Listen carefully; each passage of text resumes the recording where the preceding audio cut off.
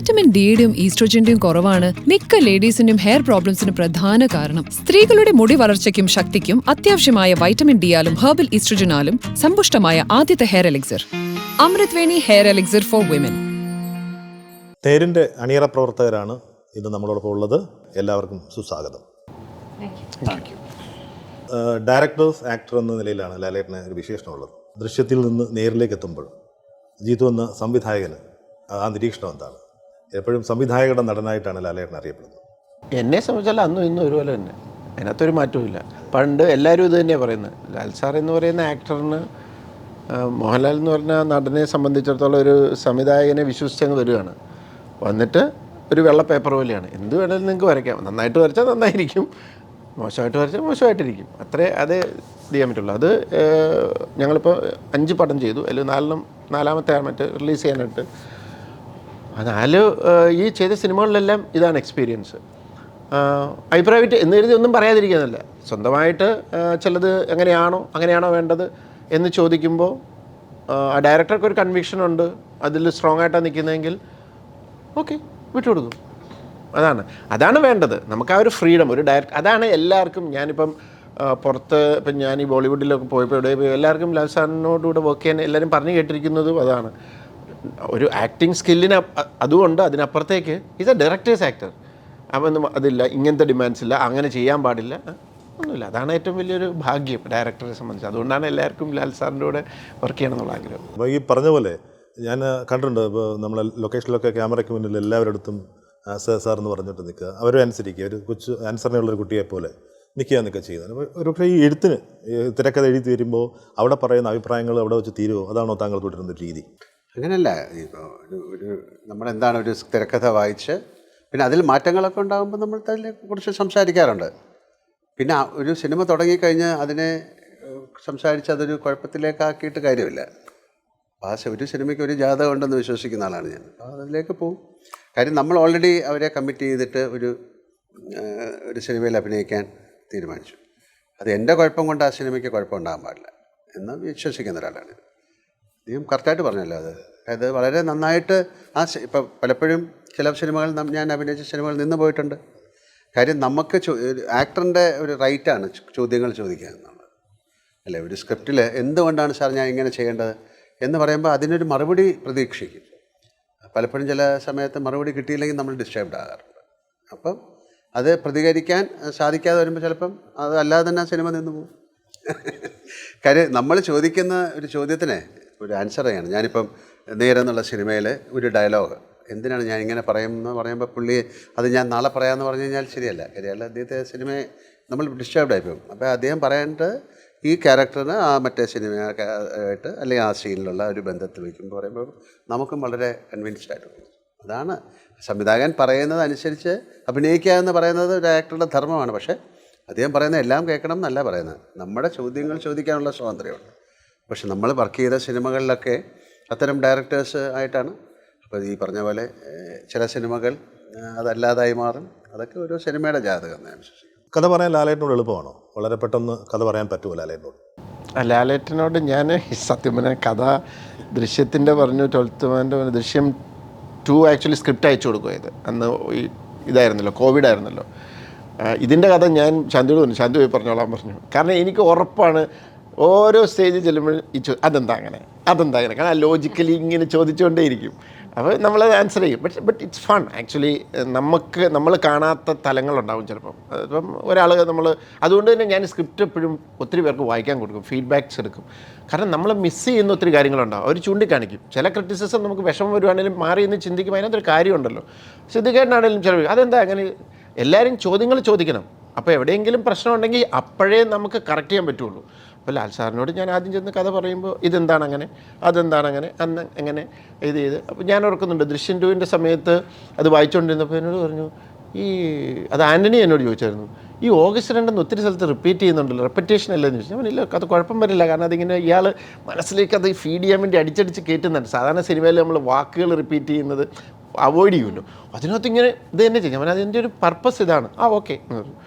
ആൻ്റണി പറഞ്ഞു അണ്ണ എനിക്കതൊന്നും മനസ്സിലായില്ല, അണ്ണൻ്റെ ഒരു കോൺഫിഡൻസ് ഞാൻ ചെയ്യാനെന്ന് പറഞ്ഞു. എന്ന് പറഞ്ഞാൽ ചോദ്യങ്ങൾ ചോദിക്കണം. ലാൽ സാറിൻ്റെ അടുത്ത് ചോദിക്കുമ്പോൾ ചോദ്യങ്ങൾ ചോദിക്കും. അത് ഇതാണ്. ശാന്തിയാണേലും കഥ പറഞ്ഞപ്പം ഞാൻ രസകരമായിട്ടുള്ള അനുഭവം ഞാൻ പറഞ്ഞുതരാം. UK-ൽ ഷൂട്ട് ചെയ്തോണ്ടിരിക്കും. UK-ൽ ഷൂട്ട് ചെയ്യുക, റാമിൻ്റെ ഷൂട്ട് എടുക്കുക. അപ്പം അന്ന് എനിക്ക് ഷൂട്ടില്ല, ഞാൻ കറങ്ങിയിട്ടൊക്കെ ഇവർ ഷൂട്ട് ചെയ്യുന്നു. അപ്പോൾ ഞാൻ വളരെ ഫ്രീ ആയിട്ട് വന്ന് ഷൂട്ട് കാണാൻ വേണ്ടി വരുന്നു. ലാലേട്ടൻ ഒരു ഷോട്ട് അഭിനയിച്ചുകൊണ്ടിരിക്കുകയാണ്. അത് കഴിഞ്ഞപ്പോൾ ഇങ്ങനെ എല്ലാവരും വന്നപ്പം സാർ ഇടോ താൻ പോയി ലാലേട്ടനോട് ആ കഥ എന്ന് പറഞ്ഞു. ഞാൻ ഏത് കഥ എഴുതിക്കൊണ്ടിരിക്കുന്നു, പോയി പറയടോ. ഞാനോ സാർ അതല്ല, നമ്മൾ പ്രോജക്റ്റ് ചെയ്യാനിരിക്കുന്നില്ല. അതെ ഞാനിനി പറഞ്ഞിട്ട് ആ പ്രോജക്റ്റ് ലാലേട്ടൻ എന്തെങ്കിലും ഇപ്പോൾ അത് ചെയ്യുന്നില്ല എന്ന് പറഞ്ഞാലോ, താൻ പോയി പറയടോ, താൻ കഥയൊക്കെ പറയുന്നില്ലേ. അത് എൻ്റെ കഥ കേട്ട് ആസ്വദിക്കുന്നവരോടാണല്ലോ. പക്ഷെ എനിക്കൊരു ടെൻഷൻ ഉണ്ടായിരുന്നു. ഞാൻ ലാലേട്ടനോട് ലാലേട്ട കഥ പറയാൻ പറഞ്ഞു. ആര്? ഞാൻ എന്നാ പറഞ്ഞു. അവിടെ നിന്ന് അങ്ങ് തുടങ്ങുക. അപ്പം ഞാൻ ഓക്കെ, എനിക്കറിയില്ലായിരുന്നു എന്നോട് സാർ അതിനൊന്നും പറഞ്ഞിട്ടില്ല. ലാലേട്ട ഇങ്ങനെയായിരിക്കും ചോദിക്കുക, അങ്ങനെ ഒന്നും പറഞ്ഞിട്ടില്ല, പ്ലെയിനാണ്. ഞാനപ്പോൾ കഥ അങ്ങ് പറഞ്ഞു തുടങ്ങി. ഞാൻ വിചാരിച്ചു ഒരു 4-5 മിനിറ്റ് കൊണ്ട് ആ കഥയൊക്കെ തീർത്ത് ഞാൻ ചിരിച്ചിട്ട് വരാം. ലാലേട്ടൻ എപ്പോഴും നമ്മളോടൊക്കെ അങ്ങനെ പെരുമാറുന്നത്, വളരെ ചിരിച്ച് വളരെ മോളെ എന്നൊക്കെ വിളിച്ചിട്ടാണ് പെരുമാറുന്നത്. കഥ പറയാനിരുന്നു. കഥ പറഞ്ഞ് നിന്ന് പറയാം. പറഞ്ഞു ഇങ്ങനെ ഒരു 2-3 ലൈനും കണ്ട് കഴിഞ്ഞതേ ഉള്ളൂ. പിന്നെ അവിടെ നിന്ന് അങ്ങോട്ട് പൊങ്ങിയിട്ടില്ല. ഓരോ കാര്യം പറയുമ്പോഴും അല്ല അതെങ്ങനെ ഈ ക്യാരക്ടർ അല്ല, അപ്പോൾ ഇയാൾ എപ്പോഴാണ് അത് വരുന്നത്, എന്തുകൊണ്ടാണ് അതെങ്ങനെ അവർക്ക് മനസ്സിലാകും. ഞാൻ അല്ല ആ ഫ്ലോയിൽ ഞാൻ പറയട്ടെ, അല്ല ഫ്ലോയിൽ പറയട്ടെ, നമുക്കത് കറക്റ്റ് ചെയ്ത് പോകാം. ഏതാണ്ട് ഒരു ഏറെക്കുറെ ഒരു ഹാഫ് കഴിഞ്ഞു. അത് കഴിഞ്ഞ് പിന്നെ അങ്ങോട്ട് പോകുന്നില്ല. എന്നിട്ട് പിന്നെ അല്ല അതെനിക്ക് കൺവിൻസ്ഡ് അല്ല, നിങ്ങൾ അതിന് ഉത്തരം അത് കൃത്യമായിട്ട് പറയണ്ടേ, അല്ലാണ്ട് ഞാനതെങ്ങനെ മനസ്സിലായി. ഞാൻ ഇപ്പം ശരിയാണ് സാറേ. അപ്പോൾ സാറ് വന്നു. ഞാൻ അല്ല ഏട്ടൻ അത് താൻ പറഞ്ഞാൽ മതി, താനത് എന്നോട്. ഞാൻ പറഞ്ഞിട്ട് സാറ് വളരെ ഏട്ടാ അതൊന്നുമില്ല, അത് അവിടെ നിന്ന് ഇങ്ങനെ അത്രേ ഉള്ളൂ. ഓക്കെ ഇനി പറയൂ. അതായിരുന്നു എൻ്റെ ഒരു അനുഭവം ലാലേട്ടനോട് കഥ പറയുന്നത്. ലോജിക്ക് ഭയങ്കരമായിട്ട്, കാരണം സാറ് ജിത്തു സാർ എന്ന് പറയുമ്പോൾ സാറിൻ്റെ സിനിമകളിൽ ഏറ്റവും കൂടുതൽ സിഗ്നേച്ചറായിട്ട് എല്ലാവരും പറയുന്നത് ലോജിക് സീൽ ചെയ്തിട്ടാണ് സാർ എടുക്കുന്നത്. ഇപ്പൊ സാറിന്റെ ഒരു സിനിമ കാണുമ്പോൾ അതെന്താ അങ്ങനെ അതെന്തുകൊണ്ടാന്ന് ചോദിക്കുമ്പോൾ അതിന് ഉത്തരം അടുത്ത സീനിലോ ആ സിനിമ കഴിയുന്നതിന് മുമ്പ് ആളുകൾക്ക് മനസ്സിലാകും. സാർ എപ്പോഴും എഴുതുമ്പോഴും അപ്പോൾ ഈ സ്ക്രിപ്റ്റിൽ ഏറ്റവും ചാലഞ്ചിങ് അതായിരുന്നു.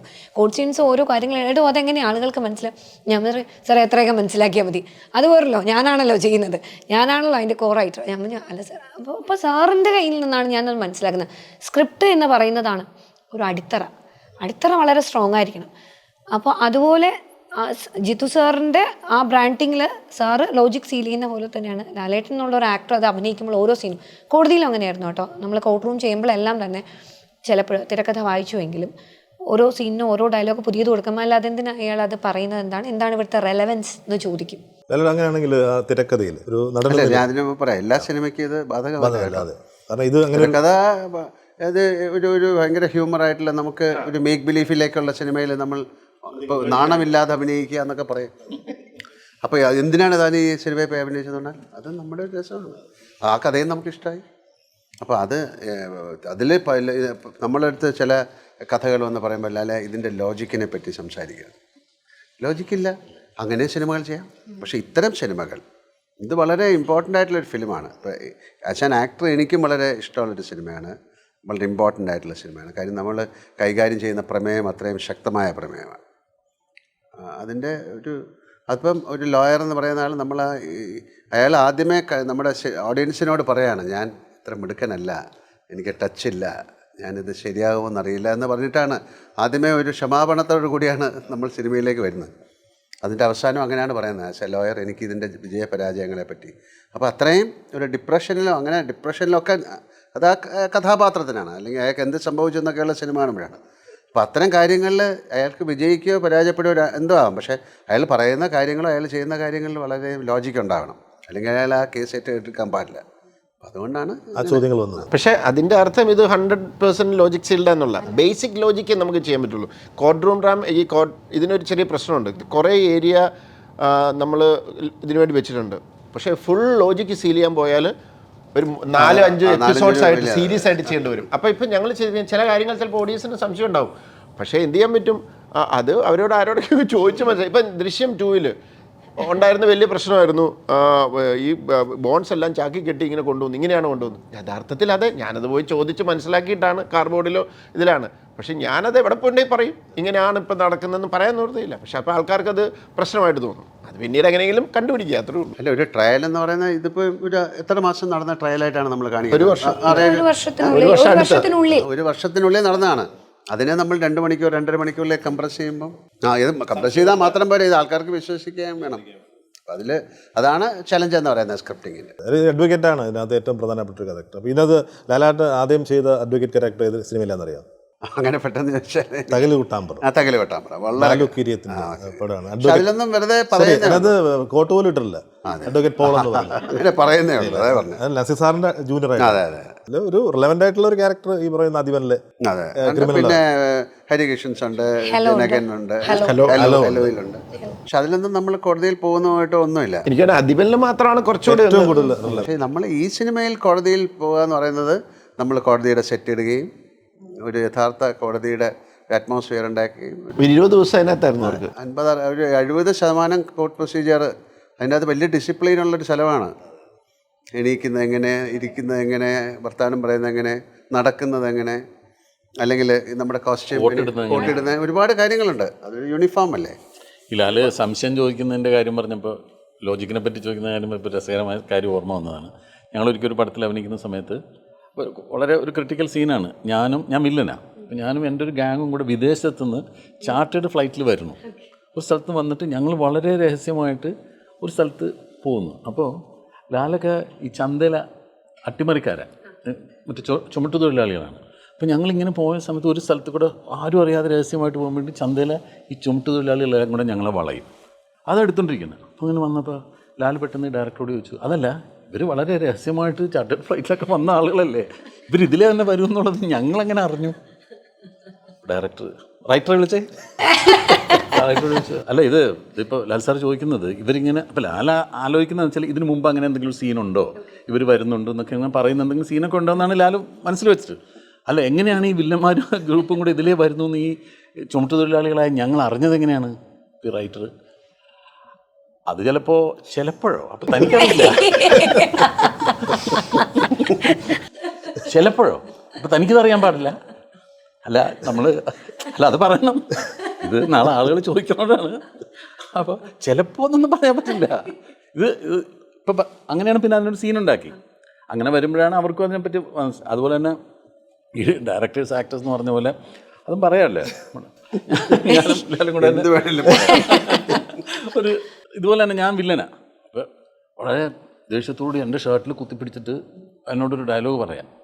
ഭയങ്കര അത് കുറച്ച് ലെങ്തി ഡയലോഗാണ്. അത് വളരെ ഭംഗിയായിട്ടങ്ങ് പറഞ്ഞു, ഭയങ്കര ഇമോഷണലായിട്ട് ഞാൻ പറഞ്ഞെല്ലാം കഴിഞ്ഞ് എന്നെ തള്ളി അങ്ങ് മാറ്റി. കഴിഞ്ഞ ഉടനെ ഡയറക്ടർ 1 more. അപ്പം ഞാൻ എന്താ, അല്ല ലാലേട്ടാ അത് കുറച്ചുകൂടെ ഒരു ഫോഴ്സ് വരട്ടെ. ശരിക്കും എനിക്ക് ദേഷ്യം വന്നു. നല്ലോണം ഇതിനേക്കാളും ഫോഴ്സിൽ എങ്ങനെ പറയണത്, ഇത്ര നന്നായിട്ട് പറഞ്ഞിട്ടുണ്ടല്ലോ. അപ്പോൾ ഞാനിങ്ങനെ വന്നപ്പോൾ ലാലിനോട് ഞാൻ ചോദിച്ചു, ഇതിനേക്കാളും ഫോഴ്സിൽ എങ്ങനെ പറയും? കുഴപ്പമില്ല, അയാളൊരു 1 more പറഞ്ഞെന്നല്ലേ ഉള്ളൂ, നമുക്കത് പറഞ്ഞേക്കാം, ഞാൻ ഇതുപോലെ തന്നെ പറയുള്ളൂ എന്ന് പറഞ്ഞിട്ട് അതിനേക്കാൾ കുറച്ച് ഫോഴ്സ് കുറഞ്ഞെങ്കിലേ ഉള്ളൂ. ലാലൊന്നും കൂടെ അതിനെ പെർഫോം ചെയ്തു. ഡയറക്ടർ ഓക്കെ, ഇതിനൊക്കെ അത്രേ ഉള്ളൂ, അല്ലാണ്ട് ഇതിനൊരു വലിയ സീരിയസ്നെസ് കൊടുക്കേണ്ട കാര്യം എനിക്ക് തോന്നുന്നു. അതൊക്കെ കൊണ്ടാണെന്ന് തോന്നുന്നു ഈ ഡയറക്ടേഴ്സ് ആക്ടർ എന്ന് പറയുന്നത്. ഞാനൊക്കെയാണെങ്കിൽ അതിന് വെറുതെ കിടന്ന് എന്നോട് നമ്മുടെ ക്യാമറ സതീഷ് കുറുപ്പ് ഒരിക്കൽ പറഞ്ഞാൽ പറയുന്നുണ്ട്, ലാൽ സാർ ഇതുപോലൊരു പടത്തിൽ ഇങ്ങനെ ഷൂട്ട് ചെയ്യുന്ന ഫൈറ്റ് ഗൺ ഷോട്ടും ഒക്കെയാണ്. അപ്പോൾ ഒരു തോക്കെടുത്തിട്ട് റിവോൾവർ വേണ്ടാണ്, അതിനകത്ത് 8 ബുള്ളറ്റേണ്ടേ ഉള്ളൂ. കുറേ വെടിവെച്ച ശേഷം സാർ ഇതിനകത്ത് ഉണ്ട തീരത്തില്ല ചോദിച്ചു. അപ്പം ഇങ്ങനെ പറഞ്ഞില്ല സാർ അതെങ്ങനെ. അപ്പോൾ പോയപ്പോൾ സതീശനോട് തന്നെ, മോനെ ഇത് ഉണ്ട് തീരാത്തൊരു അങ്ങനെയൊക്കെയുള്ള ഒരുപാട് തമാശകൾ ഇതുപോലെ പറയും. അധികയും അതിനകത്തൊരു അഡ്വക്കേറ്റ് വേഷമാണ് അല്ലേ? എനിക്കൊന്ന് വളരെ പവർഫുൾ ആയിട്ടുള്ളൊരു ഗരുഡനിലും ശക്തമായിട്ടുള്ളൊരു വക്കീൽ വേഷമാണ്. ഈ നേരത്തെ പോലീസുകളായിരുന്നു നിരന്തരം ആവർത്തിച്ചുകൊണ്ടിരുന്നത്, ഇപ്പോൾ ഏതാണ്ട് വക്കീൽ വേഷത്തിലേക്ക് വരുന്നു. അപ്പോൾ ഇതിൻ്റെ വലിയ പ്രശ്നമാണ് എൻ്റെ മാനർസങ്ങളൊക്കെ വരാതെ സൂക്ഷിക്കുക. ഇതൊരു ബാധ്യതയല്ലേ? കാരണം അതിന് തൊട്ടത് തന്നെ പെട്ടെന്ന് ഇതിനകത്തൊരു വലിയ ഹെവി ക്യാരക്ടറാണെന്ന് ഇപ്പം പറയുന്നു. അതൊക്കെ ഒരു വലിയ പ്രശ്നമാണോ? ഇത് ചില സീസൺ പോലെയാണ്. പോലീസ് സീസൺ, വക്കീൽ സീസൺ. ഇപ്പോൾ കോമഡി സിനിമകളുടെ ഒരു ട്രെൻഡാണ്. ഒരു സമയത്ത് അത് തന്നെയല്ലേ ചെയ്തിട്ടുണ്ടായിരുന്നത്. കോസ്റ്റ്യൂം മാറും, ക്യാരക്ടറിൻ്റെ പേര് മാറിയാൽ ഭാഗ്യം. അല്ലെങ്കിൽ തോമസ് കുട്ടി അല്ലെങ്കിൽ ഗോവിന്ദൻകുട്ടി ഇങ്ങനെയൊക്കെ തന്നെ ഉണ്ടാവുള്ളൂ. അപ്പോൾ അതിൽ എന്ത് വ്യത്യസ്തത വരുത്താൻ പറ്റും? അതിൻ്റെ ക്യാരക്ടർ ഇത്രയൊക്കെ ആവശ്യപ്പെടുന്നുള്ളൂ. പക്ഷെ ഇതിലങ്ങനെയല്ല. ഇപ്പോൾ ഗരുഡനിലെ വക്കീലായിരിക്കില്ല ഒരിക്കലും നേരിലെ വക്കീൽ. അതെന്താണെന്ന് വെച്ചാൽ അത് എൻ്റെ ഒരു മിടുക്കല്ല, നമുക്ക് തരുന്ന കഥാപാത്രം അങ്ങനെയാണ്. അത് കുറച്ചും കൂടെ അയാളൊരു ഗുഡ് ഫോർ നത്തിങ് വക്കീലാണ്, അയാളൊരു നല്ല പബ്ലിക് പ്രോസിക്യൂട്ടർ അല്ല, അയാൾക്ക് പലതും കേസ് കൗണ്ടർ ചെയ്യാനൊന്നും പറ്റുന്നില്ല. ഇതങ്ങനെയല്ല, ഇയാൾ ഐ മീൻ ഗരുഡനിലെ വക്കീൽ. ഞാൻ പെട്ടെന്ന് കഥ മാറി. അയ്യോ പേര് മാറിപ്പോയതാ. ഗരുഡനിലെ വക്കീൽ അങ്ങനത്തെ ഒരു അയാൾക്ക് അത്ര ഒരു വലിയൊരു കഴിവുള്ള വക്കീലായിട്ട് പറയുന്നില്ല, ഒരു സീനിയറാണെന്ന് മാത്രമേ ഉള്ളൂ. പിന്നെ അയാൾ നായകൻ്റെ ഒരു സുഹൃത്താണെന്ന് മാത്രമേ ഉള്ളൂ. അപ്പോൾ അതിൽ കോടതിയിലുള്ള അയാളുടെ ഒരു മിടുക്ക് കാണിക്കുന്നതിനേക്കാളും നായകനോടുള്ള അയാളുടെ ഒരു അടുപ്പവും അയാളൊരു നേർവഴിക്ക് കൊണ്ടുവരാനൊക്കെ ഒരു ശ്രമം നടത്തുന്നു. ഇത് അങ്ങനെയല്ല, ഇത് ഫുൾ പവർഫുള്ളായിട്ട് പ്രൊഫഷണലാണ്. പിന്നെ അയാൾ കേസ് നന്നായിട്ട് പഠിച്ചിട്ടുള്ള ഒരാളാണ്, അയാൾ കേസിൻ്റെ എല്ലാ വക്രതകളും അറിയുന്ന ഒരാളാണ്. അപ്പോൾ അങ്ങനൊരു കഥാപാത്രം കിട്ടിക്കഴിയുമ്പോൾ തന്നെ പിന്നെ നമ്മൾ ആലോചിക്കുന്നത് മറ്റൊരു വക്കീലിനേക്കാൾ എങ്ങനെ ഇയാൾക്കൊരു വ്യത്യസ്തമായ ലുക്ക് കൊണ്ടുവരാമെന്നാണ്. ഇപ്പോൾ ജിത്തു എപ്പോഴും അതിൽ വളരെ നിർബന്ധമുള്ള ആളാണ്. ജിത്തുവാണ് സാധാരണ ഡയറക്ടേഴ്സ്, ഞാൻ സിനിമ സെറ്റിൽ അഭിനയിക്കാൻ ചെല്ലുമ്പോൾ ഫസ്റ്റ് അഭിനയിക്കാൻ ചെല്ലുമ്പോൾ ഈ ഡയറക്ടേഴ്സ് ഇത് മതി, ഇങ്ങനെ മതി. ഞാനൊരു മുണ്ട് ഷർട്ട് കൊടുത്തിട്ടായിരിക്കും പോയിട്ടുണ്ടാവുക, ഇത് ചിലപ്പോൾ പോലീസായിരിക്കും, എന്നാലും പറയും ഇങ്ങനെ മതി, ഇങ്ങനെ മതി. ഈ ഇങ്ങനെ മതി എന്ന് പറയുന്ന ഡയറക്ടേഴ്സിൻ്റെ അടുത്താണ് ഞാൻ ഇത്രയും മാറ്റങ്ങൾ വരുത്താൻ കിടന്ന് പാടുപെടുന്നത്. ജിത്തു ഒരിക്കലും അത് സമ്മതിക്കില്ല. ജിത്തിന് വിഗ് വെക്കണമെന്ന് നിർബന്ധമാണ്, ലുക്ക് മാറ്റണം. അതെങ്ങനെ ഇരിക്കും, ശ്രദ്ധിക്കേണ്ട ലുക്ക് എങ്ങനെ ആയിരിക്കണം, മറ്റതുപോലെ ആവരുത്, ഇങ്ങനെ ആവരുത്, വളരെ നിർബന്ധമായിട്ട് തന്നെ പറയാറുണ്ട്. അപ്പോൾ അതുകൊണ്ട് പിന്നെ ഈ കഥാപാത്രത്തിൻ്റെ ഒരു സ്വഭാവം അറിയാവുന്നതുകൊണ്ട് അയാൾ എങ്ങനെ മാറ്റിയെടുക്കണം, അയാളുടെ നടപ്പും ഇരിപ്പും ഒക്കെ. അയാൾ സുപ്രീം കോടതിയിൽ നിന്നൊക്കെ വന്ന വലിയ കൊമ്പത്തെ വക്കീലാന്നാണ് പറയുന്നത്, ശാന്തി പറയുന്നത്. അപ്പോൾ അതിനനുസരിച്ചിട്ടുള്ള മാറ്റങ്ങൾ വരുത്താനായിട്ടുള്ള ശ്രമം എൻ്റെ ഭാഗത്തുനിന്നും ഉണ്ടാകും. ഈ സുരേഷ് പറഞ്ഞ പോലെ വലിയ ബാധ്യതയാണ്, മറ്റൊരു കഥാപാത്രം പോലെ ആവരുത്. അത് എല്ലാ ആക്ടേഴ്സും അത് തന്നെയാണ് ശ്രദ്ധിക്കുന്നത്. ഇപ്പോൾ നമ്മൾ കഥ കേൾക്കുമ്പോൾ, ഇപ്പോൾ മോഹൻലാലിൻ്റെ അടുത്തൊരു കഥ വരുമ്പോൾ ഈ കഥ കേട്ടിട്ട് ഈ കഥ സൂപ്പർ ഹിറ്റ് ആവും, അല്ലെങ്കിൽ ഈ കഥ കേട്ടിട്ട് ഈ കഥ കൊള്ളൂല എന്നല്ല പറയാൻ ശ്രമിക്കുന്നത്. ഞാൻ ഇതുവരെ കേട്ടിട്ടില്ലാത്തൊരു കഥ, ഞാൻ ഇതുവരെ ചെയ്തിട്ടില്ലാത്തൊരു കഥാപാത്രമാണ്. അതാണ് എപ്പോഴും ഒരു നടനെ ഏറ്റവും കൂടുതൽ അട്രാക്റ്റ് ചെയ്യുക. അതുമാത്രമേ നമുക്ക് ചെയ്യാനും പറ്റുള്ളൂ. അപ്പോൾ അതിന് മറ്റൊരു കഥാപാത്രത്തിൽ നിന്നും വ്യത്യസ്തനാവാൻ നമ്മളോട് തന്നെയല്ലേ മത്സരിക്കുന്നത്. അങ്ങനെ ഉള്ള ശ്രമങ്ങൾ നടത്തുക, അത് എല്ലാ ആക്ടേഴ്സും ചെയ്യുന്നതാണ്, കൂട്ടത്തിൽ ഞാനും. നമ്മൾ പിന്നെ ദൃശ്യത്തിൽ അഭിനയിച്ചു, ഇടയ്ക്ക് വിജയോടൊപ്പം ലിയോയിൽ അഭിനയിച്ചു. ഇതിലും രണ്ടിടത്തും വക്കീൽ വേഷമാണ്. ഇതിലും മമ്മൂക്കയുടെ സൂപ്പർ താരങ്ങളുടെ കൂടെ അല്ലാതുള്ള കളി അത്ര ഇപ്പോൾ ഷാരൂഖ് ഖാനെയാണ് ഇതിനകത്തും വക്കീൽ വേഷമാണ്. സിനിമയിൽ അറിയാലോ, തിരക്കുള്ള അഭിഭാഷക വൃത്തിയിൽ നിന്ന് ഇപ്പോൾ പിന്നെ അഭിനയം, ഇപ്പോൾ എഴുത്തിലേക്ക്, ജിത്തുവിലേക്ക് എത്തിപ്പെടുന്നത് എങ്ങനെയാണ് എഴുത്തുകാരി എന്ന നിലയിൽ? റാമിലാണ് ഞാൻ ജിത്തു സാറിനെയും ഒക്കെ ഇവരെല്ലാവരും. സിദ്ദിഖെ അങ്ങനെയല്ല ഞാൻ ആദ്യം കാണുന്നത്, അല്ല നമ്മൾ ഗാനഗന്ധർവ്വൻ, അതെ, അങ്ങനെ കാണുന്നത്. പിന്നെ ദൃശ്യത്തിൻ്റെ സമയത്തിലാണ് സാർ ഇങ്ങനെ ദൃശ്യത്തിൻ്റെ സ്ക്രിപ്റ്റിൽ കുറച്ച് ഡയലോഗ്സ് ഉണ്ടായിരുന്നു, അപ്പോൾ അത് ഒന്ന് വർക്ക് ചെയ്യാൻ പറഞ്ഞു. ഞാനത് സിനിമയല്ലേ എന്ന് വിചാരിച്ചിട്ട് കുറച്ച് ഡ്രമാറ്റിക് ആയിട്ടൊക്കെ അറിയുന്ന ഭാഷയിലൊക്കെ എഴുതി. അപ്പോൾ സാർ അത് എന്നോട് തന്നെ ചെയ്യാൻ പറഞ്ഞു. അപ്പോൾ ഞാൻ ചെയ്യുമ്പോൾ കുറച്ചും കൂടി വൃത്തിക്ക് എഴുതി. അത് കഴിയുമ്പോഴേക്കും ആ സമയത്താണ് സാർ ഒരു കോഡ് റൂം ഡ്രാമ ചെയ്യണം എന്ന് പറയുന്നത്. അങ്ങനെ നേരിലേക്ക് എത്തുന്നതായിരുന്നു. നടന്ന സംഭവം ഇല്ല, സാറ് പറയുന്ന ഒരു ആശയമാണിത്. ഇതൊരു ഒഫൻസാണ്. ആ ഒഫൻസ് കോടതിയിലേക്ക് വരുമ്പോൾ ഒരു കോഡ് റൂം ഡ്രാമ. മലയാളത്തിൽ നമ്മളിപ്പം ഞാൻ നേരത്തെ പറഞ്ഞ പോലെ ഒരു കോടതി എന്ന് പറയുമ്പോൾ ഒരു ചെറിയ പോർഷനാണ്. ഇത് മൊത്തത്തിലൊരു കോഡ് റൂം ഡ്രാമയിലേക്ക് പോകുന്നു. ഒരു 70 to 80% കോടതിയിലെ കഥാപാത്രങ്ങളുമാണ്, ഒരു കോടതിക്കുള്ളിൽ സംഭവിക്കുന്ന കാര്യങ്ങളാണ്. എവിടെയെങ്കിലും നടന്നിട്ടുള്ള കഥയായിരിക്കും. ഈ ഒഫൻസ് എന്ന് പറയുന്നത് നമ്മുടെ നാട്ടിൽ വളരെ നമ്മൾ സർവ്വസാധാരണമാണ്. പക്ഷെ അതിൽ തന്നെ ആ ഒഫൻസിൽ തന്നെ ഒരു പ്രത്യേകതയുണ്ട്. ആ ഒഫൻസിനകത്ത് തന്നെ ഒരു ആഡ് ഓൺ ആയിട്ടൊരു സംഭവം വരുന്നുണ്ട്. അതാണ് ഇതിനകത്തെ ക്യാച്ച്.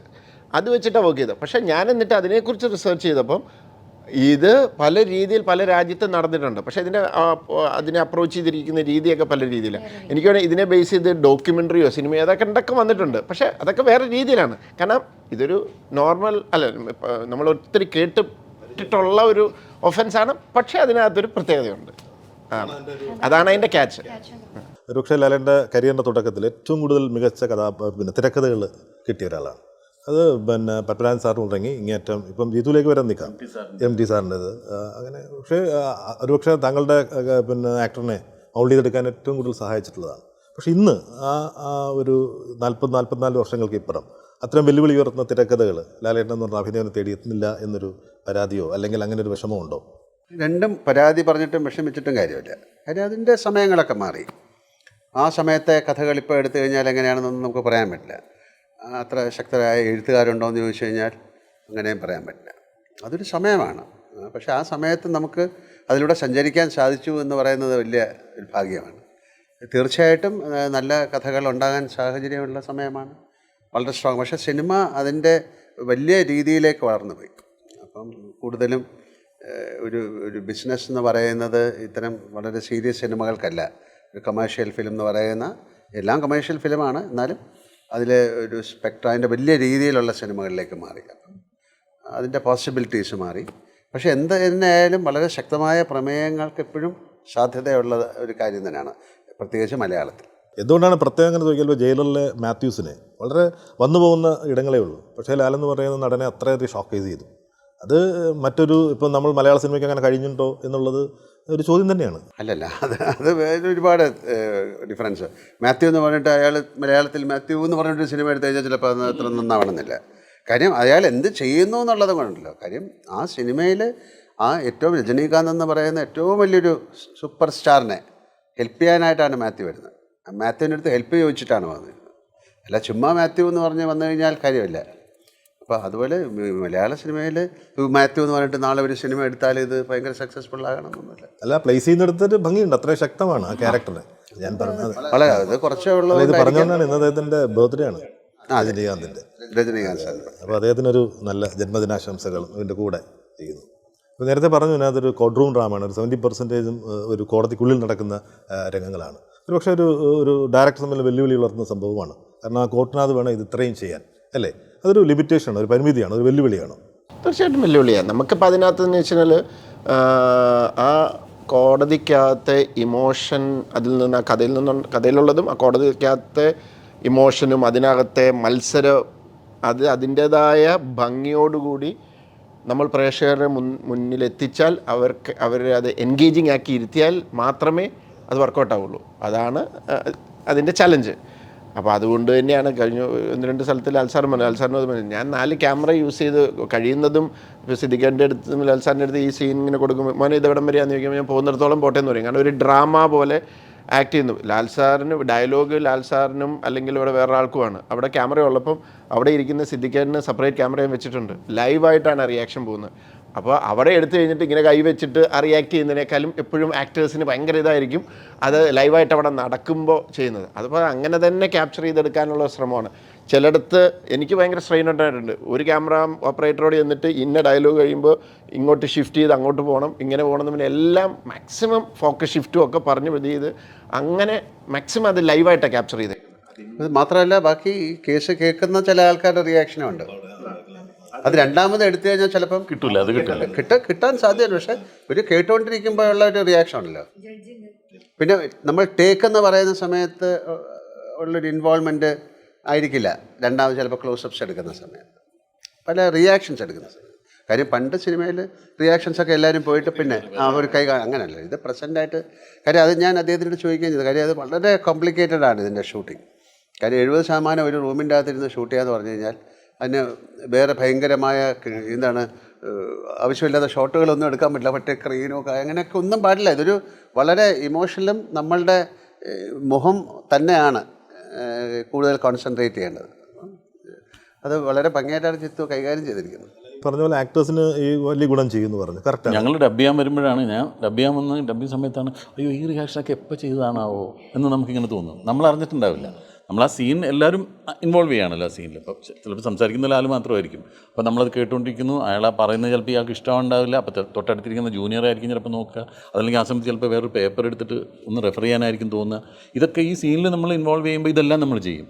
ഇത് ക്യാപ്ചർ ചെയ്യണ്ടോ ഇല്ലെന്ന് നമുക്ക് അറിഞ്ഞൂടാ, ഏതാണ് വരുന്നത്. അപ്പോൾ ചില റിയാക്ഷൻ ഡബിങ് സമയത്ത് കണ്ടപ്പോൾ ഞാൻ ജിത്തുവിൻ്റെ അടുത്ത് പറഞ്ഞിട്ടുണ്ട്, ഇതെപ്പോൾ എടുത്തെന്ന് നമുക്കറിയില്ല. അങ്ങനെ കിട്ടുക എന്ന് പറയുന്നത് ആക്ടേഴ്സിനെ സംബന്ധിച്ചിടത്തോളം വലിയ ഗുണമാണ്. അത് ആ ലൈവായിട്ടുള്ളത് കിട്ടും. അതല്ലാതെ എല്ലാവരും മാറിക്കഴിഞ്ഞാൽ ഇനി നമുക്ക് സിദ്ദിഖിൻ്റെ റിയാക്ഷൻ എടുക്കാം വന്നു ഇപ്പോൾ ലാൽ സാർ അവിടെ നിന്ന് നോക്കി ഇതായിരുന്നു എന്ന് പറഞ്ഞാൽ അങ്ങനെയാണ് സാധാരണ സിനിമ ചെയ്യുക. പക്ഷേ അതിനേക്കാൾ ചെയ്യാറുണ്ട്.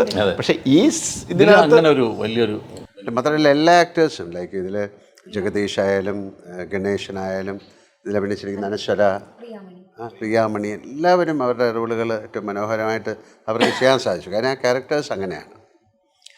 നേരത്തെ നമ്മൾ പറഞ്ഞു ഇതിലിങ്ങനെ ഒരു so called hero villain heroine എന്നൊരു കോൺസെപ്റ്റ് ഇല്ലാത്തൊരു സിനിമയാണിത്. എല്ലാം കഥാപാത്രങ്ങളല്ല, അതിൻ്റെ ഒരു പ്രത്യേകത ഉണ്ടാവും. പിന്നെ നേരത്തെ പറഞ്ഞില്ല, ഇപ്പോൾ ഈ ലാലിൻ്റെയൊക്കെ തുടക്കകാലത്ത് കിട്ടിയ നല്ല നല്ല കഥാപാത്രങ്ങൾ, നല്ല നല്ല എഴുത്തുകാരെന്ന് നമ്മളെപ്പോഴും നല്ല കഥാപാത്രങ്ങളൊന്നും അതല്ലെങ്കിൽ നമ്മുടെ ഓർമ്മയിൽ എപ്പോഴും നിൽക്കുന്നതും ഞാൻ എം ടി സാറിൻ്റെ അടുത്തൊക്കെ നേരിട്ട് ചോദിച്ചിട്ടുണ്ട്. എന്നും നമ്മുടെ മനസ്സിൽ തറയ്ക്കുന്നത് ഒന്ന് കണ്ണ് നനയിക്കുന്ന കഥാപാത്രങ്ങളാണ്. അങ്ങനെ ചെയ്യാൻ പറ്റുമ്പോഴാണ് ഒരു ആക്ടർ ജനത്തിൻ്റെ ഹൃദയത്തിൽ കയറുന്നത്. എപ്പോഴും അങ്ങനെ പറയും. എവിടെയെങ്കിലും ഒരു ഇമോഷണൽ അങ്ങനെ കണ്ണ് നനയിച്ചിട്ടുള്ളവരെ മാത്രമാണ് എന്നും പ്രേക്ഷകൻ നല്ല നടന്മാരെന്ന് പറഞ്ഞിട്ടുള്ളൂ. അപ്പോൾ അല്ലെങ്കിൽ നല്ല നടികളെന്ന് പറഞ്ഞിട്ടുള്ളൂ. അപ്പോൾ എപ്പോഴും നമ്മുടെ മനസ്സിലേക്ക് കയറണമെങ്കിൽ ഇപ്പോൾ എം ടി സാറിനോട് ഞാൻ ഒരിക്കൽ ചോദിച്ചു, സാറിങ്ങനെ എപ്പോഴും ഈ വേദനിക്കുന്ന ഒരുപാട് സംഭവങ്ങൾ ഉണ്ടായപ്പോൾ അതിൽ നിന്നൊക്കെ കഥകളുണ്ടായെന്ന് പറഞ്ഞിട്ട് സാറിന് സന്തോഷിക്കാവുന്ന ഒരുപാട് സന്ദർഭങ്ങൾ ഉണ്ടായിട്ടില്ലേ, അതിൽ നിന്ന് കഥകളുണ്ടാവില്ലേ? അപ്പോൾ പുള്ളി ഇങ്ങനെ ഉണ്ടായിരുന്നു. അപ്പോൾ ഞാൻ വിചാരിച്ചു ചോദിച്ചത് അബദ്ധമായി പോയോ. പുള്ളി ഉണ്ടായിരുന്നിട്ട് പറഞ്ഞു ഇല്ല, അങ്ങനെ ഉണ്ടായിട്ടില്ല. ഇപ്പോൾ എന്നെ വളരെയധികം സന്തോഷിപ്പിച്ചൊരു കാര്യമാണ് എനിക്ക് ജ്ഞാനപീഠം അവാർഡ് കിട്ടുക എന്ന് പറയാം. അപ്പോൾ ആ വാർത്ത അറിഞ്ഞപ്പോൾ ഞാൻ ഒരുപാട് സന്തോഷിച്ചു. കുറച്ച് കഴിഞ്ഞ് കുറേ അഭിനന്ദനങ്ങൾ വന്നു. പിറ്റേ ദിവസത്തെ പത്രത്തിൽ വന്നപ്പോൾ അതൊരു വാർത്തയായിട്ട് മാറി. പിന്നീട് ആ വാർത്തയുടെ ഇമ്പോർട്ടൻസ് കുറഞ്ഞു. വേറെ ഒരു ഇൻ്റർവ്യൂ ചെയ്യുന്ന ഒരാൾ ചോദിക്കുക, സാറിന് ജ്ഞാനപീഠം കിട്ടിയിട്ടുണ്ടോ എന്ന് ചോദിച്ചപ്പോൾ അതിന് അത്ര ഇമ്പോർട്ടൻസ് ഉള്ളൂ എന്ന് എനിക്ക് മനസ്സിലായി. അപ്പോൾ സന്തോഷങ്ങൾ എപ്പോഴും അങ്ങനെ. പക്ഷേ ഞാൻ 4ാം ക്ലാസ്സിൽ പഠിക്കുന്ന സമയത്ത് എൻ്റെ ഒരു കാരണവർ ഞാൻ ചെയ്യാത്തൊരു തെറ്റിന് എന്നെ ശിക്ഷിച്ച് ആ മുറിവിൻ്റെ വേദന എന്നിൽ ഇന്നുമുണ്ട്. അത് മുറിവുകൾ പഴുക്കുകയുള്ളൂ, നമ്മൾ ആ വേദനകൾ കൂടി. അപ്പോൾ എപ്പോഴും ഒന്ന് മുറിവേൽപ്പിക്കാൻ, ഒന്ന് കണ്ണ് നനയിക്കാൻ സാധിച്ചാൽ ആ കഥാപാത്രങ്ങളാണ് എപ്പോഴും മനുഷ്യൻ്റെ മനസ്സിൽ നിൽക്കുക. നേരെന്ന് പറയുന്ന സിനിമയിൽ അങ്ങനത്തെ ഒരുപാട് കഥാപാത്രങ്ങളുണ്ട്. നമ്മുടെ കണ്ണ് നനയിക്കുന്ന, നമ്മുടെ മനസ്സിലേക്ക് ആഞ്ഞ് തറക്കുന്ന, നമ്മുടെ തിയേറ്ററിൽ നിന്ന് ഇറങ്ങിയാലും നമ്മൾ ഹൃദയത്തിലേറ്റ് വീട്ടിൽ കൊണ്ടുപോകുന്ന ഒരുപാട് കഥാപാത്രങ്ങൾ, നല്ല ഇമോഷണൽ രംഗങ്ങളുണ്ട്. ഞാൻ നേരത്തെയും പറഞ്ഞതുപോലെ കണ്ണ് നനയാതെ ഈ സിനിമ കാണാൻ പറ്റില്ല. ഇതിൻ്റെ ക്യാരക്ടറുകളെല്ലാം തന്നെ ഇപ്പം നായക കഥാപാത്രങ്ങളും തന്നെ ഈ പഴയ കാലത്തിൻ്റെ ഏതെങ്കിലും വേദന പേറുന്നവരാണ്. അതിപ്പോൾ പിന്നെ മെമ്മറീസിലെ ആയാലും ലക്ഷ്യത്തിലെ ആയാലും ഈവൻ ദൃശ്യം 2-ലെ ആയാലും എല്ലാം അങ്ങനെയുള്ള കഥാപാത്രമാണ്. അതൊരു ട്രേഡ് മാർക്കായിട്ട് ഇങ്ങനെ വരികയാണ്. അത് ഇതിലും അതിൻ്റെ ഒരു ട്രെയിലറൊക്കെ കാണുമ്പോൾ അങ്ങനെ ഒരു ചെറിയ ഒരു സാധന സൂചനകൾ കാണുന്നുണ്ട്. അല്ല, അങ്ങനെ ഇല്ല. ദൃശ്യത്തിൻ്റെ കഥാപാത്രം അങ്ങനെ പഴയകാല അല്ല, ദൃശ്യം 2-ന്റെ. അപ്പോൾ ഇതിനകത്ത് അങ്ങനെയില്ല. ഒരു പാസ്റ്റ് ഉണ്ട്. ആ പാസ്റ്റ് അന്ന് ഒരു സംഭവം ഉണ്ടായി. അത് കഴിഞ്ഞ് ഹീസ് മൂവിങ് ഓൺ. പുള്ളി പ്രസൻറ്റുമായിട്ട് പൊരുത്തപ്പെട്ടങ്ങ് ജീവിച്ചു പോവാ. അന്നത്തെ ഒരു അവിടെ ഇങ്ങനെ കിടപ്പുണ്ട്, അത്രയേ ഉള്ളൂ. അല്ലാതെ അതോർത്ത് കണ്ണ് നനയിക്കുന്നൊന്നുമില്ല. പക്ഷെ അത് പുള്ളിയുടെ ലൈഫിൽ ഒത്തിരി മാറ്റങ്ങൾ വരുത്തി ആ ഇൻസിഡൻറ്റ്, അത്രയേ ഉള്ളൂ. അതിനപ്പുറത്തേക്ക് അതിനെ അങ്ങനെ പോകുന്നില്ല. ഇപ്പോൾ പ്രസൻറ്റിലാണ് ഇവിടെയൊക്കെ എല്ലാവരുടെയും പ്രസൻറ്റിലുണ്ടായ ഇൻസിഡൻസിലാണ് ഇവരെല്ലാം കണ്ണ് തന്നെ. ഇല്ല, അത് സിനിമ കണ്ടിട്ടാണ് ഇത് പറയണ്ടെങ്കിലും അയാളത്തെ ചോദിക്കുമ്പോൾ അയാൾ പറയാം അതൊക്കെ കഴിഞ്ഞു പോയ കാര്യങ്ങളാണ് എന്ന് പറഞ്ഞ് ജീവിക്കുന്ന ഒരാളാണ്. അപ്പോൾ അത്രയും ഹീറോയിസങ്ങളൊന്നും ഇല്ല. വളരെ സാധാരണ ഹീറോയിസം ഉണ്ട്. അത് വേറെ കൈൻഡ് ഓഫ് ഹീറോയിസം. അതായത് മോഹൻലാൽ എന്ന് പറയുന്ന ഒരു നടനിൽ നിന്ന് നമ്മൾ സാധാരണ പ്രതീക്ഷിക്കുന്ന ഒരു ഹീറോയിസം ഇതിനകത്ത് ഉണ്ടാവില്ല എന്നർത്ഥം. പക്ഷേ വേറെ കൈൻഡ് ഓഫ് ഹീറോയിസം. അതാണ് അതിൻ്റെ ക്രക്സ് എന്ന് പറയാവുന്ന സാധനം അല്ലേ. പക്ഷേ പിന്നെ ലാലേട്ടനൊപ്പം വിജയ്ക്കൊപ്പം അഭിനയിച്ചു. എന്തായിരുന്നു അതിൻ്റെ ഒരു എക്സ്പീരിയൻസ്? എന്താണ് അഭിനയിച്ചു? ലാലേട്ടൻ്റെ കൂടെ ഇരിക്കുന്നു, ലാലേട്ടനെ നാളെ കാണുന്നു, എന്തായിരിക്കും നിങ്ങളുടെ ഫീലിംഗ്? അതേ ഫീലിംഗ് തന്നെ. ലാലേട്ടനോട് ഇന്ന് അഭിനയിച്ചാലും, ലാലേട്ടനെ ഇന്ന് കണ്ടാലും, നാളെ കണ്ടാലും, വിജയ് സാറിനെ കണ്ടാലും ഒക്കെ അതേ ഫീലിംഗ് തന്നെ. സിദ്ദിഖയെ കണ്ടാലും. കാരണം ഞാനൊക്കെ നിങ്ങളെപ്പോലെ തന്നെ, ഇവിടെ ഇരിക്കുന്ന എല്ലാ പേരെ പോലെ തന്നെയും കുഞ്ഞിലെ മുതൽ എൻ്റർടൈൻമെൻറ്റ് കണ്ട് ഇഷ്ടപ്പെട്ട് നമ്മുടെ ജീവിതത്തിൻ്റെ ഭാഗമായിട്ടുള്ള ആളുകളാണ്. അവരെ കാണുക, അവരുമായിട്ട് അടുത്ത് ഇടപഴകുക, അവരുമായിട്ട് അഭിനയിക്കുക. നിങ്ങൾക്കുണ്ടാവുന്ന അതേ ഫീൽ തന്നെ എനിക്കും. എപ്പോഴും സന്തോഷവും ഗ്രാറ്റിറ്റ്യൂഡുമാണ്. ഇനി എഴുത്ത് തുടരും തീർച്ചയായിട്ടും. ഉണ്ടല്ലേ?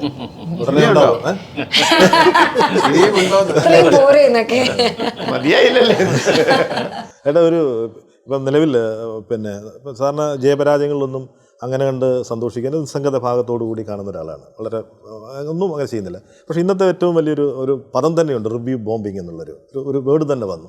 പക്ഷേ അതിൽ മറ്റ് വിവാദങ്ങളെല്ലാം ഒഴിച്ചു നിർത്തിയാൽ ഒരു അസ്വസ്ഥപ്പെടുത്തുന്നുണ്ട് എപ്പോഴെങ്കിലും? അതൊരു ഒന്നുമില്ല. ഇല്ല, എന്തിനാണ് വേറെ എന്തൊക്കെ കാര്യത്തിൽ അസ്വസ്ഥത പുലർത്താം? ഇതിൽ തന്നെ പോകണം. ഞാൻ പറഞ്ഞോട്ടെ. അതെ, ഒരിക്കൽ ഈ വിഷയം ഞാനിങ്ങനെ ലാലിൻ്റെ അടുത്ത് സംസാരിച്ചു. അപ്പോൾ ലാലിൻ്റെ അടുത്ത് ചോദിച്ചു, അണ്ണാ നമ്മൾ എൻ്റർടൈനേഴ്സാണ്. നമ്മളുടെ ജോലി എന്ന് പറയുന്നത് ആളുകളെ എൻ്റർടൈൻ ചെയ്യുക എന്നുള്ളതാണ്. അപ്പോൾ നമ്മൾ എൻ്റർടൈൻ ചെയ്യുന്നത് കണ്ടിട്ട് അവർ അതിൻ്റെ താഴെ നമ്മളെ തെറി പറയുന്നതും അവർ എൻ്റർടൈൻഡ് ആവുകയല്ലേ? നമ്മുടെ ജോലി അതല്ല. അവർ ഞാൻ പറയട്ടെ, ഒരു സിനിമയിൽ അഭിനയിക്കുക എന്ന് പറയുന്നത് ഞാൻ 46 വർഷമായിട്ട് അഭിനയിക്കുക. ഇനിയിപ്പോൾ എനിക്ക് വേറെ ഒന്നും ചെയ്യാൻ പറ്റില്ല, ഇതേ പറയാവുള്ളൂ. നമ്മൾ എല്ലാ സിനിമയും വലിയ ഉഗ്രനായിട്ടൊന്നും മാറില്ലല്ലോ. എല്ലാവർക്കും അബദ്ധങ്ങൾ പറ്റാം. അത് ഇപ്പോൾ ഈ ഒരാൾക്ക് ഇഷ്ടമായില്ലെങ്കിൽ വേറെ 10 പേർക്ക് ഇഷ്ടമായിട്ടുണ്ടാകും. ഇഷ്ടമല്ലാത്ത ആൾക്കാർക്ക് ഇഷ്ടമല്ലെന്ന് പറയാനുള്ള സ്വാതന്ത്ര്യമുണ്ട്. അത് അവർ പറഞ്ഞോട്ടെ, അതിൽ പ്രത്യേകിച്ച് സങ്കടമില്ല. വളരെയധികം ഇഷ്ടമായെന്ന് പറഞ്ഞാൽ വളരെ സന്തോഷമായി. അതല്ലേ ഏറ്റവും നല്ലത്. നമുക്ക് വേറെ ആ സമയം വേറെ എന്തൊക്കെ കാര്യങ്ങൾ ചിന്തിക്കാം. എന്തിനാണ് അത് അസ്വസ്ഥത? ചുമ്മാ അത് തോളിലെടുത്ത് വെച്ചാൽ നടക്കുന്നത് എന്തിനാണ്? വേറെ എന്തൊക്കെ കാര്യങ്ങളുണ്ട് തോളിലെടുത്ത് വെച്ച് നടക്കാൻ. റിവ്യൂ ബോംബിംഗ് എന്നാണോ പറയുക? ബോംബിംഗ് ആണ് അല്ലേ? അതിപ്പം അതിന് പിന്നെ ഒരുപാട് മാറ്റങ്ങൾ എന്താണ് നിയന്ത്രണങ്ങളൊക്കെ വരുത്താൻ പോകുന്നുണ്ട്. അത് നടക്കട്ടെ അങ്ങനെ. ഇപ്പം നമുക്ക് എന്തായാലും ഇതിലേക്ക് തന്നെ വരാം. അതായത് ഇപ്പം ലാലേട്ടൻ്റെ നമുക്ക് ഏറ്റവും നല്ലൊരു സിനിമ ഉണ്ടാക്കുക, അത് കണ്ടിട്ട് ഇഷ്ടമായവർക്ക് ഇഷ്ടമാവട്ടെ, ഇഷ്ടമല്ലാത്തവർക്ക് ബോംബിംഗ്. എന്ത് വേണേലാവട്ടെ, ഒന്നും ചെയ്യാൻ പറ്റില്ല. അങ്ങനെ അഭിപ്രായം തന്നെയാണോ ജിത്തിനുള്ളത്? എന്നെ സംബന്ധിച്ചോളം ഒരാൾ ഇപ്പം ഞാനൊരു സിനിമ കണ്ടാൽ ചിലപ്പോൾ എനിക്ക് ഇഷ്ടപ്പെട്ടെന്നില്ല, ഇഷ്ടപ്പെടാം. എനിക്ക് അതിനകത്തുള്ളൊരു വ്യത്യാസമുള്ളൂ. ചിലർ വന്നിരുന്ന് പറയുന്നത് കേട്ട് ഇപ്പം ഞാൻ റിവ്യൂസൊക്കെ കേൾക്കാറുണ്ട്. ഒരു റിവ്യൂവറെ നമ്മളൊരു 3-4 പടം വാച്ച് ചെയ്താൽ നമുക്കറിയാം അയാളുടെ ഒരു രീതി എന്താ, അയാളുടെ ഇൻറ്റൻഷൻ എന്താ, അത് നമുക്ക് വളരെ വ്യക്തമായിട്ട് കിട്ടും. ജെനുവിനാണെന്ന് തോന്നുന്നത് ഞാൻ ഫോളോ ചെയ്യാറുണ്ട്. പിന്നെ ഞാൻ ഒരു സിനിമ കണ്ടു, ഇത് ശരിക്കും ഓരോരുത്തരുടെ പെർസ്പെക്റ്റീവാണ്. ഞാൻ സിനിമ കണ്ടിട്ട് എനിക്കിഷ്ടമില്ല. ഇപ്പോൾ എനിക്കിഷ്ടപ്പെടാത്ത എത്രയാണ് എൻ്റെ വൈഫിന് ഇഷ്ടപ്പെടുന്നുണ്ട്, എൻ്റെ പിള്ളേർക്ക് ഇഷ്ടപ്പെടുന്നുണ്ട്. അപ്പോൾ സബ്ജക്റ്റീവാണ്. അപ്പോൾ ഒരു വ്യക്തി വന്ന് അവരുടെ അഭിപ്രായം പറഞ്ഞോട്ടെ. പക്ഷെ പറയുമ്പോൾ അതിൻ്റെ രീതികൾ, വ്യക്തിഹത്യ നടത്തുന്ന രീതിയിൽ, അത് പണ്ട് തൊട്ടേ നിരൂപണമുണ്ട്, അതുണ്ട്, അത് ചെയ്തോട്ടെ. പക്ഷെ അതിൻ്റെ ഇൻറ്റൻഷൻ ഇതൊക്കെയാണ്. പക്ഷേ നമുക്ക് ഇനിയൊന്നും തടയാൻ പറ്റുന്നൊരു കാര്യമൊന്നുമില്ല. എന്നാന്നാ ചെയ്തോട്ടെ. പിന്നെ ഒരു പരിധി വരെ ഒരു സൈഡിൽ ഞാൻ അതിനെ എടുക്കാറെന്ന് വെച്ച് കഴിഞ്ഞാൽ ഓക്കെ, അതിനകത്ത് നല്ലത് നോക്കിയിട്ട് ഓക്കെ ഇങ്ങനെ തന്നെ പ്രശ്നങ്ങൾ ഇവരുടെ ഒരു ഫീഡ്ബാക്ക് ആയിട്ട് ഞാൻ അതിനെ എടുക്കാറുണ്ട്. ഓക്കെ, അപ്പോൾ ഇതൊക്കെ ഇവർ ശ്രദ്ധിക്കുന്നുണ്ട്, നമ്മൾ ആ ഏരിയ എങ്ങനെ റെക്ടിഫൈ ചെയ്യാം, ഞാൻ അതിനെ ഒരു സെൽഫ് സ്റ്റഡി പോലെ അങ്ങനെ വെക്കാറുണ്ട്. പക്ഷേ ഇതിനകത്ത് മജോറിറ്റിയും ഇൻറ്റൻഷനാണ് പ്രശ്നം. അതിനെയാണ് എല്ലാവരും പറയുന്നത്, അല്ലാതെ ഇതിനകത്ത് വിമർശിക്കുന്നതിന് എന്നാ കുഴപ്പം? മുമ്പ് എനിക്ക് തോന്നുന്നു ക്യാരക്ടറുകളെ തിരഞ്ഞെടുക്കുന്നതിനൊന്നും വലിയ ഇതൊന്നും ഉണ്ടായിരുന്നില്ല, ബാരിയേഴ്സൊന്നുമില്ല, പെട്ടെന്ന് എന്തുകൊണ്ടും ചെയ്യും. പക്ഷേ ഇപ്പോൾ സിദ്ദിഖിനെ ആലോചിക്കുമ്പോൾ ഒരു ഹെവി ക്യാരക്ടേഴ്സിലേക്കാണ് ആളുകൾ സെലക്ട് ചെയ്യുന്നത്. ഒരു അതിനുവേണ്ടി ഒരു ശ്രമം പണ്ട് ഇപ്പോൾ പിന്നെ മണ്ണുദയഭാനുവിനെയൊക്കെ പെട്ടെന്ന് ഓർമ്മ വരുന്നു. അങ്ങനെയുള്ള വളരെ ലാളിത്യമുള്ള കഥാപാത്രങ്ങളൊക്കെ നഷ്ടപ്പെടുന്നു എന്നൊക്കെ തോന്നുന്നുണ്ട് ഇടയ്ക്ക്. ഈ രണ്ട് എക്സ്ട്രീമാണ്. ഇപ്പം കുറേ ഹെവിയാണ്. ഹെവി ആയിട്ടുള്ള കഥ നമ്മൾ ചെയ്തു കഴിഞ്ഞാണ് അത് ഹെവി ആവുന്നത്. അങ്ങനെ ഹെവിയായ കഥാപാത്രങ്ങൾ മാത്രം സെലക്ട് ചെയ്ത് ലൈറ്റായിട്ടുള്ള കഥാപാത്രങ്ങളും കിട്ടാറുണ്ട്. എനിക്കങ്ങനെ ഇപ്പോൾ ഒരു ഇന്ന കഥാപാത്രം ഞാൻ കേട്ടിട്ട് ഇത് ഞാൻ ചെയ്താൽ ശരിയാവില്ല, ഞാൻ ചെയ്യും, അങ്ങനെ ഞാൻ എൻ്റെ ജീവിതത്തിൽ പറഞ്ഞിട്ടില്ല. അതിൻ്റെ അർത്ഥം എനിക്ക് ആ കഥാപാത്രം ചെയ്യാൻ അറിയില്ല എന്നുള്ളതാണ്. എനിക്ക് കിട്ടുന്ന കഥാപാത്രങ്ങൾ ഇപ്പോൾ നേരിൽ ഞാൻ ചെയ്ത കഥാപാത്രമായിട്ട് ഒരുപാട് വ്യത്യാസമുള്ള കഥാപാത്രമാണ് ജിത്തുവിൻ്റെ തന്നെ നുണക്കുഴി എന്ന് പറയുന്ന സിനിമയിൽ ചെയ്യുന്നത്. അപ്പോൾ എനിക്ക് അത്രയും അന്തരമുള്ള 2 കഥാപാത്രങ്ങളെ ഇവരെന്നെ വിളിക്കുന്നുണ്ടല്ലോ, അല്ലെങ്കിൽ ഇവരെന്നെ സെലക്ട് ചെയ്യുന്നുണ്ടല്ലോ എന്നോർത്ത് ഞാൻ സന്തോഷിക്കാറുള്ളൂ. അതെൻ്റെ ഒരു ഭാഗ്യമായിട്ട് കണക്കാക്കാറുള്ളൂ. അല്ലാതെ എന്തെങ്കിലും ഇതുപോലെ ഇത് ഹെവി ആണെങ്കിലേ ചെയ്യുള്ളൂ, ഞാൻ കുറച്ചും കൂടെ ഹെവി ക്യാരക്ടർ അങ്ങനെ പറയാറില്ല. അത് ചില കഥാപാത്രങ്ങൾ ആവശ്യപ്പെടുന്ന ഹെവിനെസ് ഉണ്ടെങ്കിൽ നമ്മൾ അങ്ങനെ ചെയ്യാം. അതല്ല ലൈറ്റർ വേയിലാണ് ചെയ്യണമെങ്കിൽ മണ്ണുദയഭാനു എനിക്ക് ആ സമയത്ത് ഞാൻ ഈ ഹ്യൂമറസ് കഥാപാത്രങ്ങൾ മാത്രം ചെയ്ത് നടക്കുന്ന ഹരിഹർ നഗറിന് ശേഷം ചെയ്ത കുറേ സിനിമ സീസൺ അതെ ഹരിഹർ നഗർ സീസണിൽ ചെയ്ത അത്തരം കഥാപാത്രങ്ങൾ ചെയ്തപ്പോൾ കിട്ടിയ ഒരു സ്പാർക്കാണ്. ആദ്യം നേരത്തെ പറഞ്ഞ പോലെ കണ്ണ് നനയിക്കുന്ന ഒരു സീൻ ഞാൻ ആദ്യം അഭിനയിക്കുന്നത് സന്ദേശം എന്ന് പറയുന്ന സിനിമ. ഇപ്പോഴെനിക്ക് ആ സിനിമ കാണുമ്പോൾ തോന്നും ഇപ്പോഴായിരുന്നു കുറച്ചും കൂടെ നന്നായിട്ട് നനയിക്കായിരുന്നു, അന്ന് അത്രയും അറിയില്ലല്ലോ ഇതൊന്നും.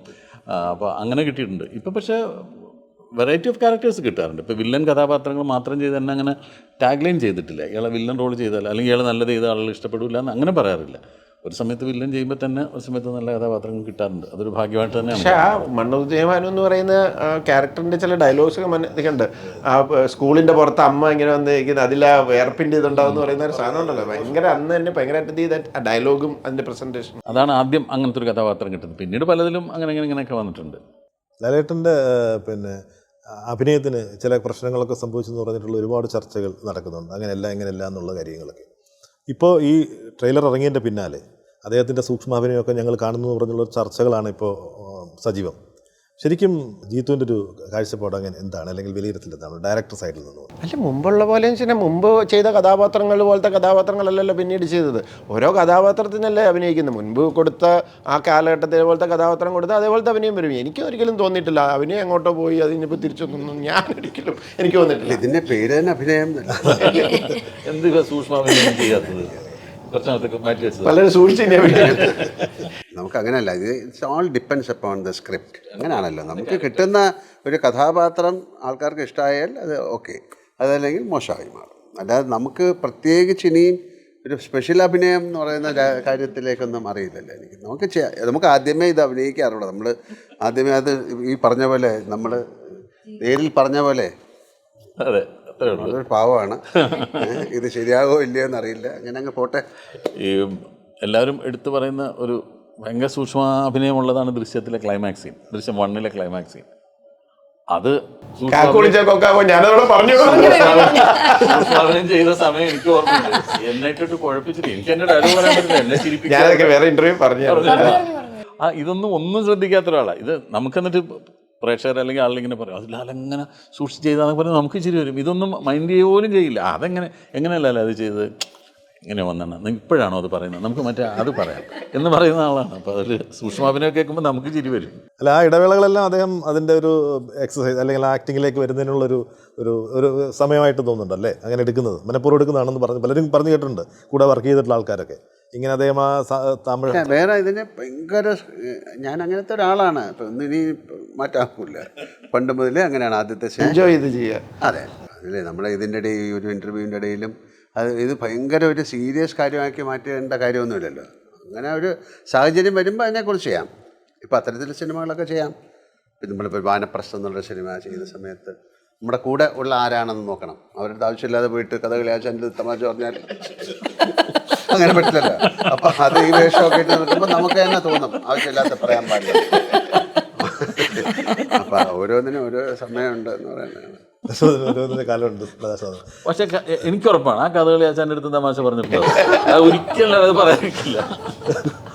വളരെ ഭയങ്കര രസകരമായിട്ട് തമാശകൾ പറഞ്ഞ് ചെയ്തൊരു സിനിമയാണ് കാര്യം. അവർ ഭയങ്കര ഏറ്റവും വലിയ തമാശകൾ പറയുന്ന ആൾക്കാരാണ് അവർ. ഈ മട്ടന്നൂരിനെ ആദ്യം ലാലനെ പരിചയപ്പെടുത്തുന്നത്. അപ്പോൾ മട്ടന്നൂർ ശങ്കരൻകുട്ടി, ഞാനപ്പോൾ എഴുന്നേറ്റ് നിന്നു. അപ്പോൾ അയാൾ സംസാരിച്ചു, ഞാനിങ്ങനെ നല്ല റെസ്പെക്റ്റിൽ നിൽക്കുകയാണ്. ഇമ്മീഡിയറ്റ് ലാല അടുത്ത ചോദ്യം അയാളോട് ചോദിച്ചപ്പോൾ ഞാനവിടെ ഇരുന്നു. അത്രേ ഉള്ളൂ. അവരൊക്കെ ഫീൽ ചെയ്യുന്നത് അങ്ങനെ തന്നെയാണ്. എല്ലാവരോടും വലിയ സൗഹൃദത്തിലുള്ള ആളുകളാണ്. ആ സൗഹൃദം വരുമ്പോൾ നമ്മൾ അങ്ങനെ ആയി മാറില്ല. അതെ, അപ്പം എനിക്ക് മനസ്സിലായി അത്രയൊന്നും മനസ്സിൻ്റെ കാര്യമില്ല. അയാളും അങ്ങനെ തന്നെ മനസ്സിലായിട്ടോ, വളരെ ഭയങ്കര ജോവിയലായിട്ട്. അത് അങ്ങനെയാണ് ലാലുവായിട്ട് എപ്പോഴും. ഇപ്പോൾ ദൃശ്യത്തിൻ്റെ 3-ാം ഭാഗം ഉണ്ടാകുന്ന ഭയങ്കരമായ കഥകളുണ്ടാകും. അതും കൂടെ പറഞ്ഞിട്ട് ആ സത്യം കൂടെ പറഞ്ഞിട്ട് നോക്കിയത് നടത്താം. അതിന് വേണ്ടിയിട്ടാണ്. എനിക്കറിയില്ല, ഞാൻ വർക്ക് ചെയ്ത് നോക്കുന്നുണ്ട്. അത് ഈ പറഞ്ഞ പോലെ നമുക്ക് പ്രാർത്ഥിക്കാം ദൈവത്തോട്. കാരണം 2015 ട്രൈ ചെയ്തിട്ട് 2020 എനിക്ക് ദൃശ്യം 2 ചെയ്യാൻ പറ്റിയത്. അപ്പോൾ ഇത് ഞാൻ ശ്രമിക്കുന്നുണ്ട്. 5 വർഷത്തെ അല്ല, ഞാൻ ശ്രമിക്കുന്നുണ്ട്. നല്ല എന്തെങ്കിലും ഒരു കുറച്ച് ഏരിയകൾ കടമ്പകളുണ്ട്. ആ കടമ്പകൾ കടന്ന് വന്നാൽ ഡെഫിനറ്റായിട്ട് വരുന്നുണ്ട്. അത്രേ എനിക്കിപ്പോൾ പറയാൻ പറ്റുള്ളൂ. അതെ, അത് ഗംഭീരമായിട്ട് സംഭവിക്കട്ടെ.